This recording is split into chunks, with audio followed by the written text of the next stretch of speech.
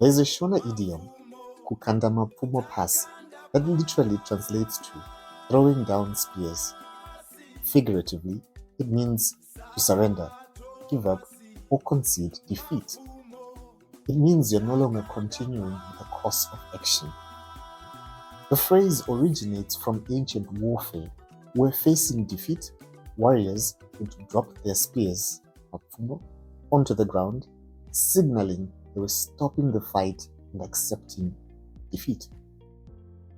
The idiom has become an irresistible pun centered around the actions of the Chimurenga music icon Thomas Mapfumo, who accepted $1 million offer from businessman Wicknell Chivaya to perform at 2 events. Reactions have been predictably divided. Some feel the music legend sold out and by accepting the money, abandoned the very principles that he has stood for over the years. Others argue this is simply a strategic business decision, cashing in on a retirement package after years of work. After all, as he puts it, Ndezve Basa, it's just work. Thomas Mapfumo's Chimurenga music was part of the soundtrack to the Liberation War and earned him jail time in 1977 for subversion of the white minority government. His band shared the stage with the legendary Bob Marley at the Independence Day celebrations, cementing his place in history as a cultural icon and a national hero. With the shifting socio-political changes, his music became social commentary on the corruption and increasingly oppressive governments and a reflection on how the land people had cried and fought for was disintegrating. This did not sit well with the ruling party and its then president, Robert Mugabe, and consequently, Thomas Mapfumo and his family migrated to the USA in a self-imposed exile amidst fears for their safety. The government dismissed the allegations as exaggerations.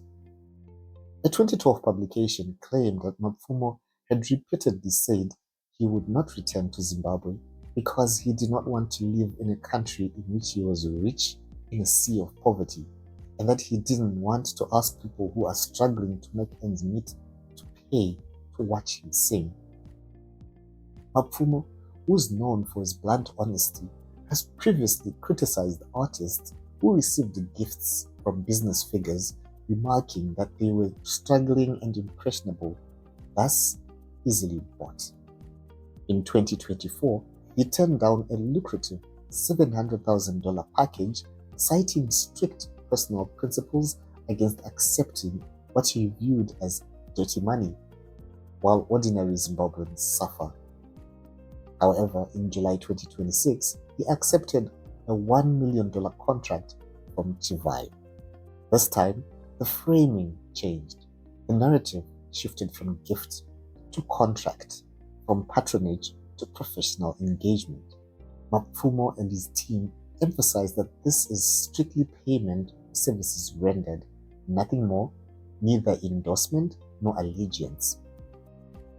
Amid the mounting public conversation around his decision, he released a lengthy statement insisting his principles remain intact, pointing out that others have accepted similar gifts without comparable backlash, and drawing a clear line between being an activist and being an opposition politician, a role he has never been elected or appointed to. He makes some genuinely fair points, particularly the sense that people feel entitled to demand sacrifices of him for a cause he never formally signed up to defend, while others have done far worse for far less. He also said the bulk of the money will go to charity. While Thomas Mapfumo, the man, has liberty to do as he chooses, a legacy has been built around his image. Given his own history as an outspoken critic of corruption, accepting his contract now, however unintentionally, lends borrowed legitimacy to the very system he built his legacy resisting. It can be read unfairly or not as a quiet crossing over toward endorsing the status quo. And in the murky world of politics, symbolism often outweighs intention. Maybe the fault lies within us for putting our icons on pedestals and pinning all our hopes for change on them without allowing them the complexity of being human, blurring the lines between practicality and reality, livelihood and legacy. What do you think about this whole tale? Is it simply just business and is now viral catchphrase justification? Ndezve Basa.